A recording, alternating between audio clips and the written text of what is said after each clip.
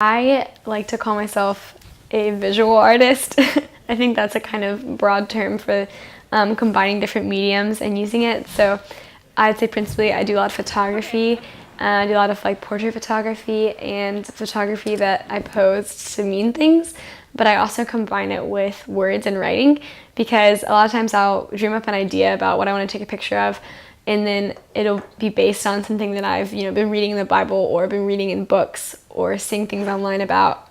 So something that I'm inspired by, and usually we'll write something to go along with photography. Okay.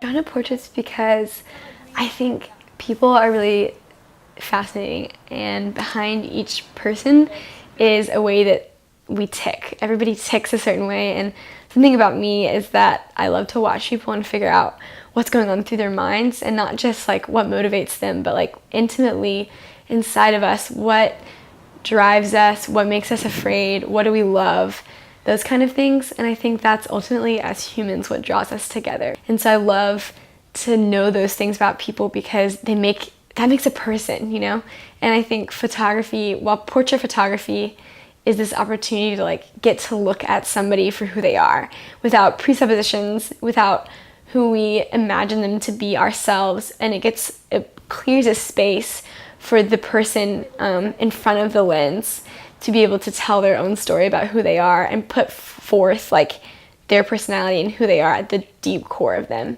And so for me, getting to sit back and watch that is really such a wonderful thing, because I get to watch people shed their walls and shed what they're afraid of, and just really be themselves.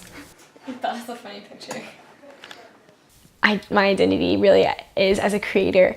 I love to create things and to make things. It's such a huge part of my personality and who I am. But I think that is our identity on this earth, is to make things as creators in reflection of a really great and wonderful God who was the original creator.